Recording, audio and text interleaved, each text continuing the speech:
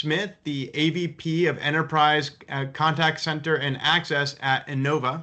For those who don't know, INOVA is a health system headquartered in Fairfax, Virginia, with 1,900 beds in 5 hospitals with 4,400 affiliated physicians. Steve, thank you so much for joining us today.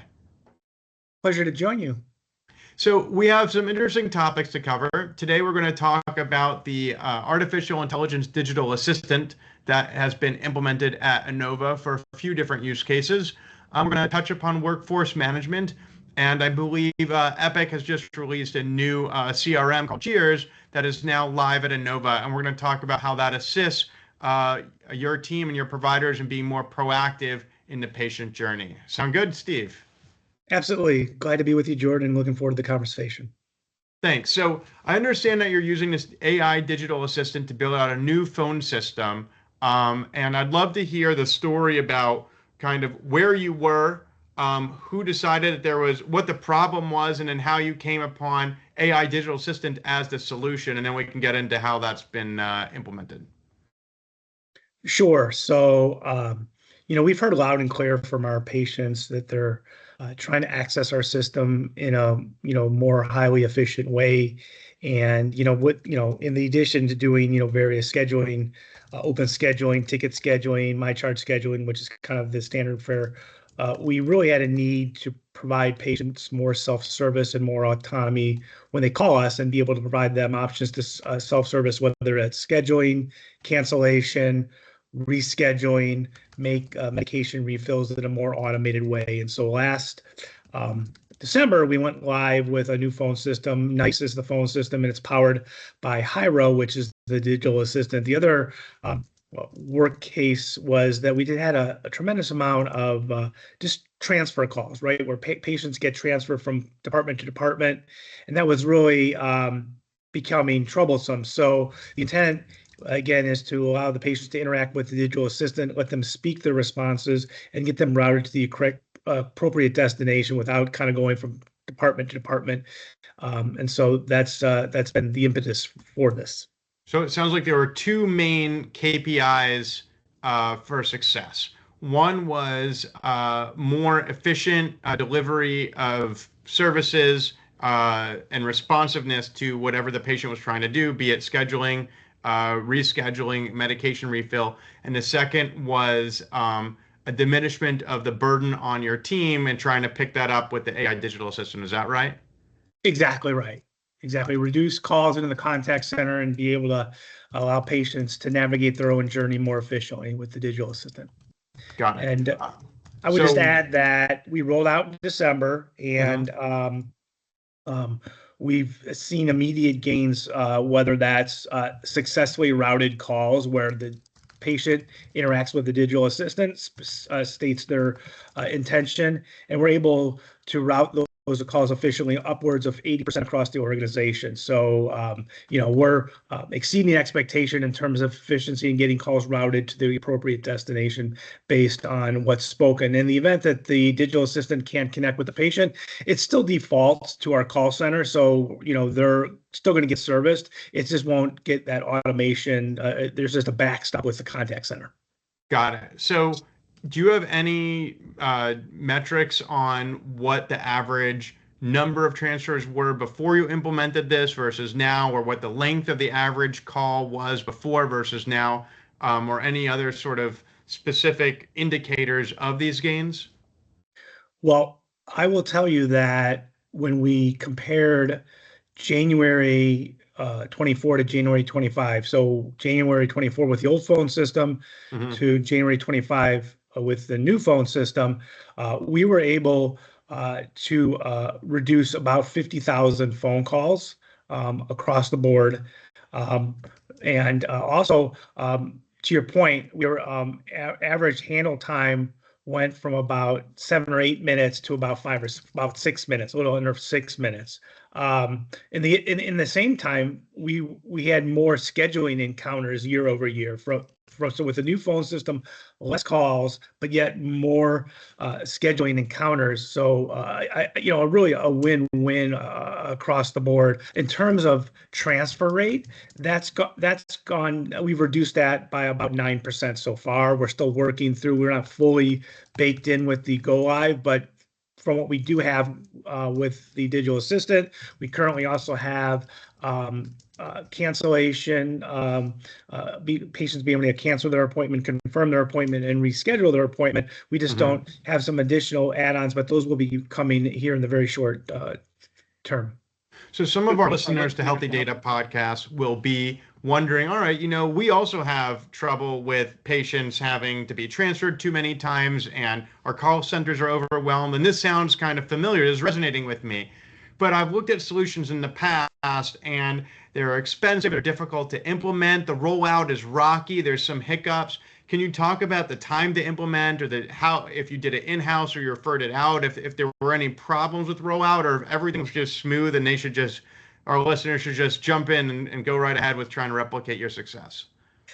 Well, I would say go lives are never smooth, and that's just part of the nature of the beast. But what I will say is we spent a significant time with an RFP. We vetted many platforms. They had to adhere to our security requirements as well as integration within Epic, our EMR.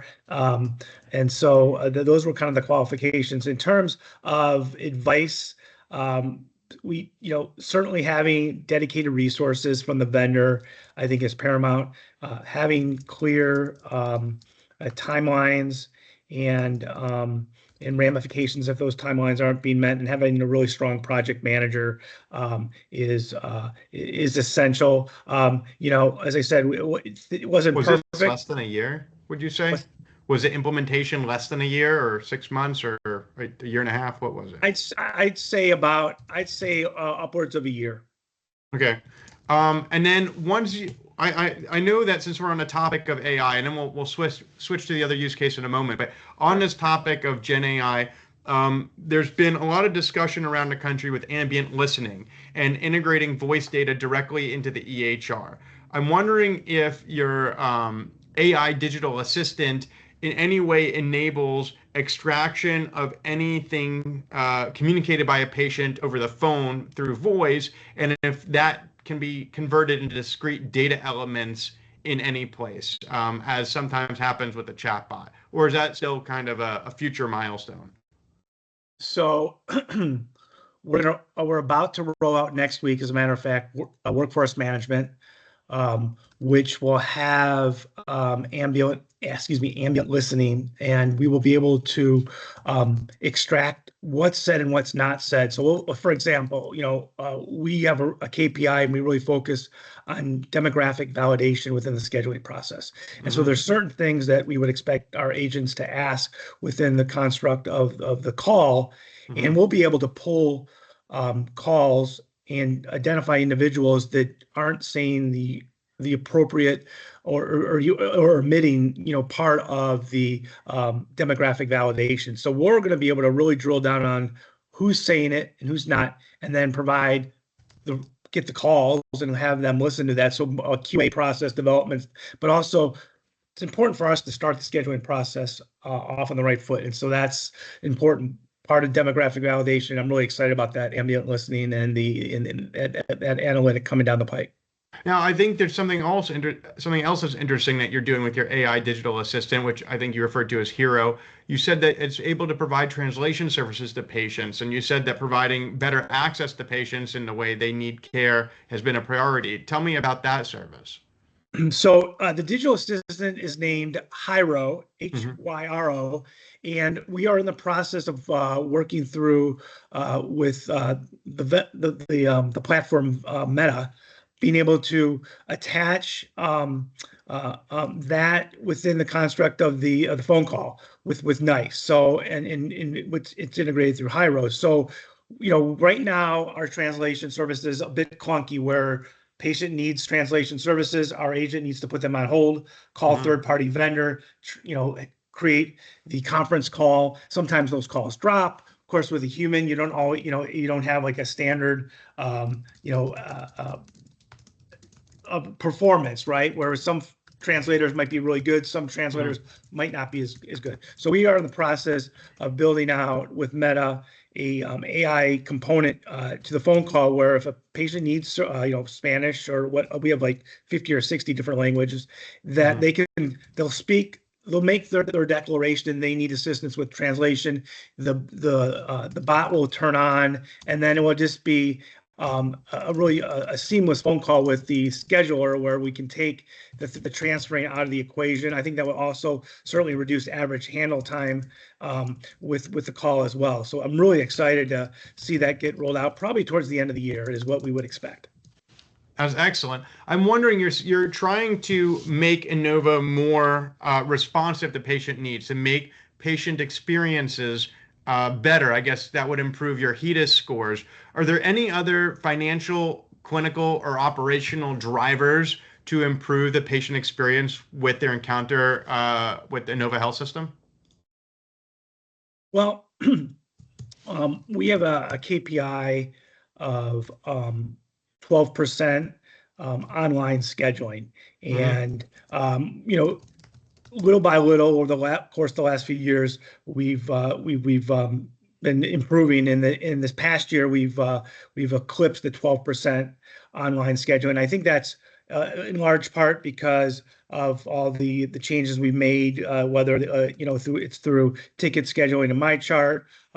We're gonna actually really blow that number out of the water here later this year when we roll in organic scheduling or ticket scheduling within the context of the phone system, where this phone system, the AI digital assistant, will recognize who's calling in based on the phone number, and if there's an open referral in the system, the AI will see that and prompt the patient to say, "Hey, I see you have a referral on file. Would you like to go ahead and schedule?"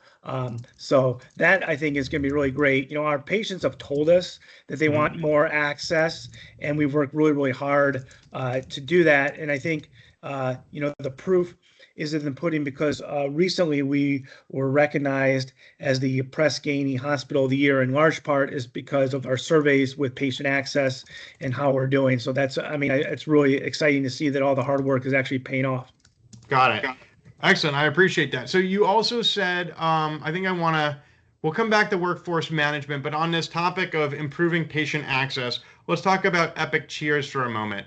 So you're implementing this Epic's new CRM, customer relationship management platform, in order to be more proactive in the patient journey, document phone calls and interactions with the patient, and I think that's all kind of a means of achieving the end, which we've been discussing, which is improving patient access and patient satisfaction. Can you tell me about the impact of implementing Cheers and how that's been received by patients and providers?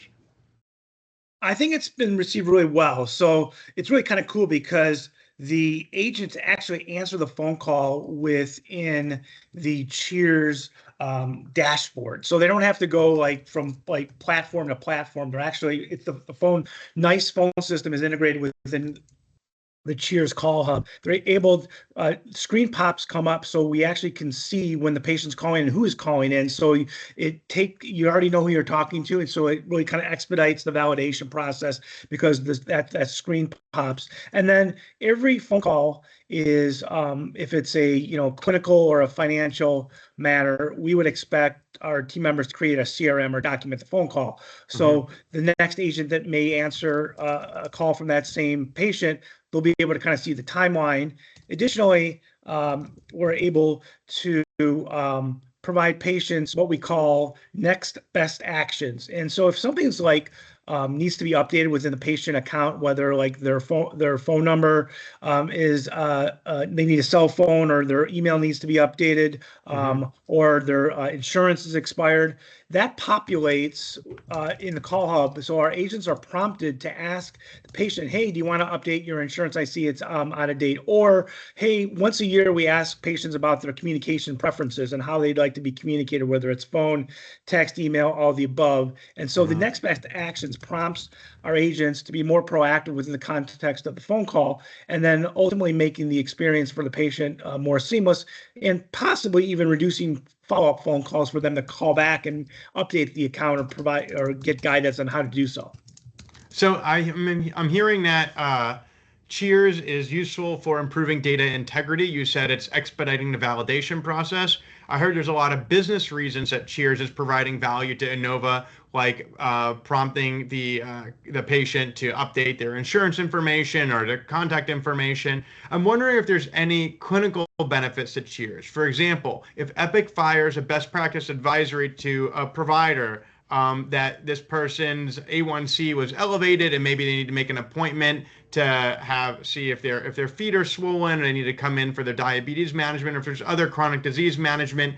Is Cheers being used to drive clinical outreach to say, hey, this is a potentially high risk patient, you're over 50 years old, let's get you a colorectal screening, maybe to screen for cancer.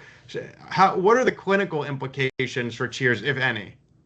Well, if, for example, if a patient hasn't scheduled their annual visit, that will populate with the next best actions to prompt the agent to ask and get that scheduled. I would also say that we're able to communicate with providers and the office through clinical encounters. So we're able to actually create the encounter within Cheers, send that to the provider, to your point, to provide feedback, get guidance.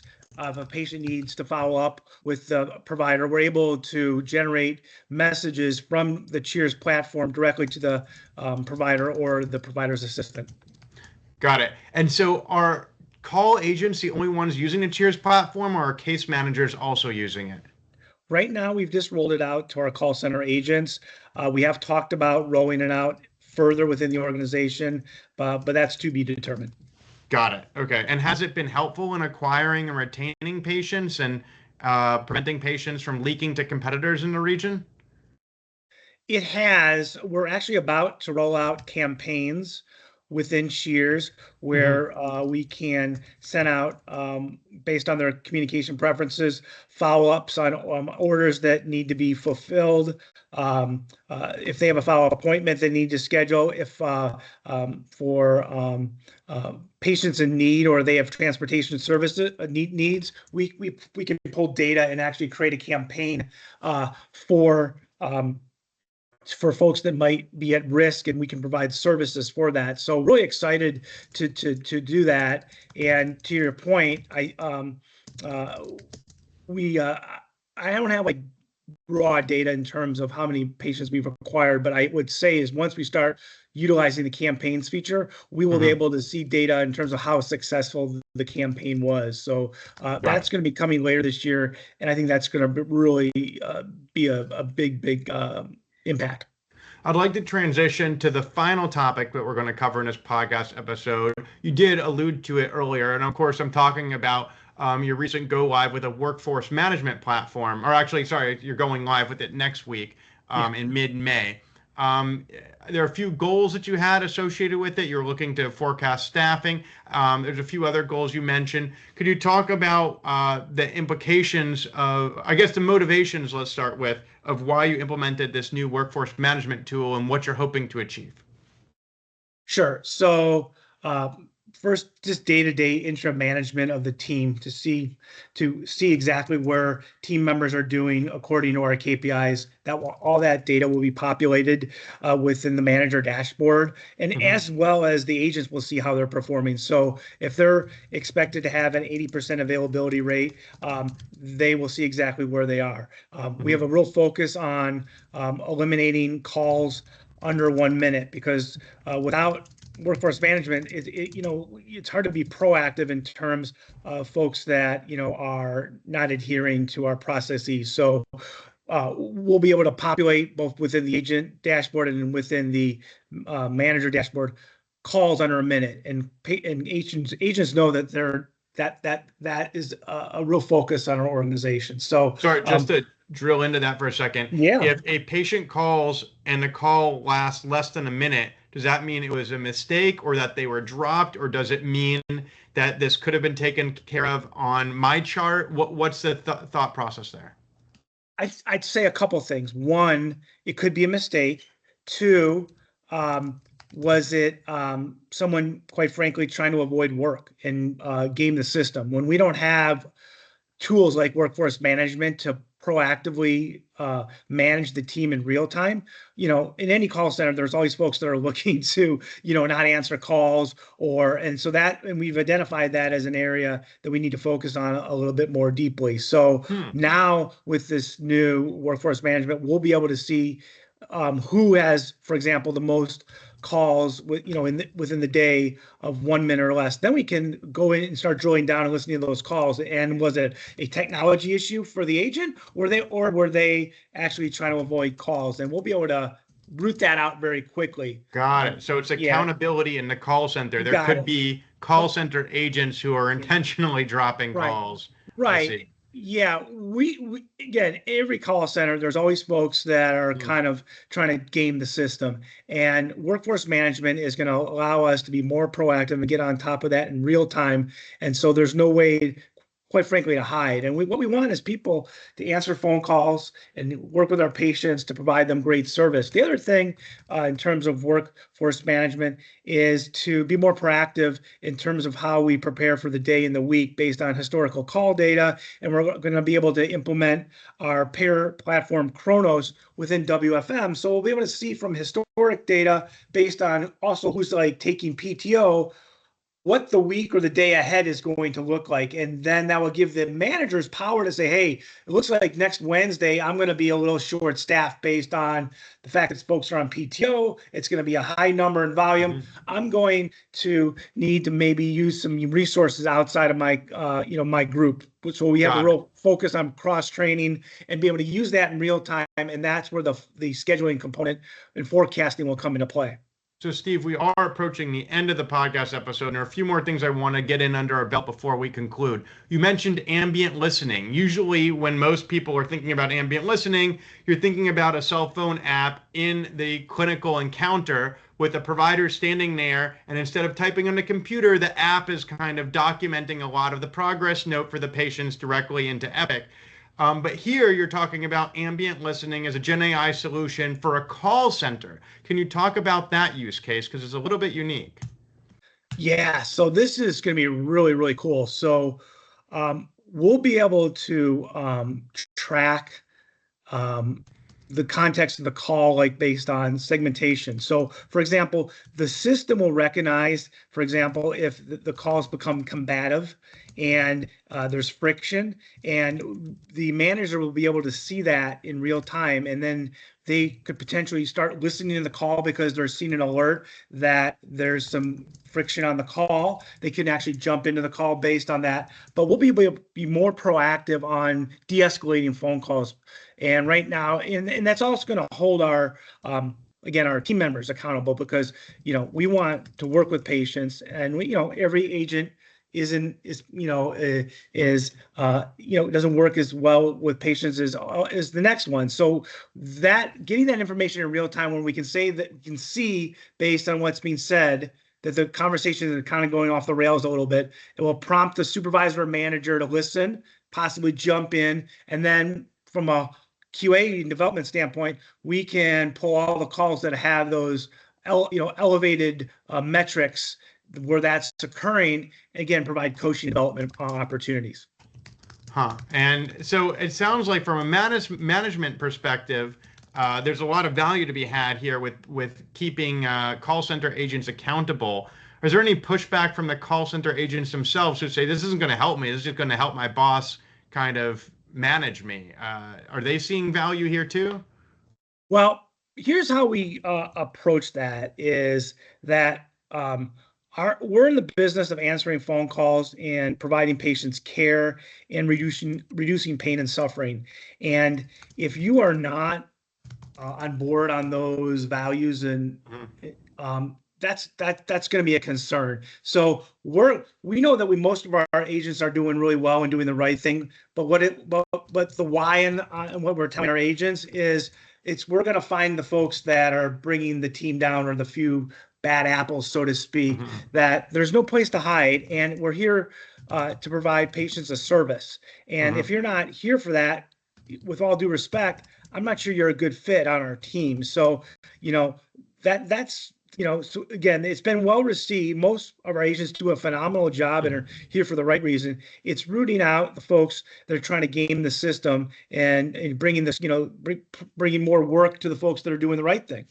So, Steve, we are approaching the end of the episode right now. We've covered a lot of ground. We talked about the AI digital assistant, decreasing transfers.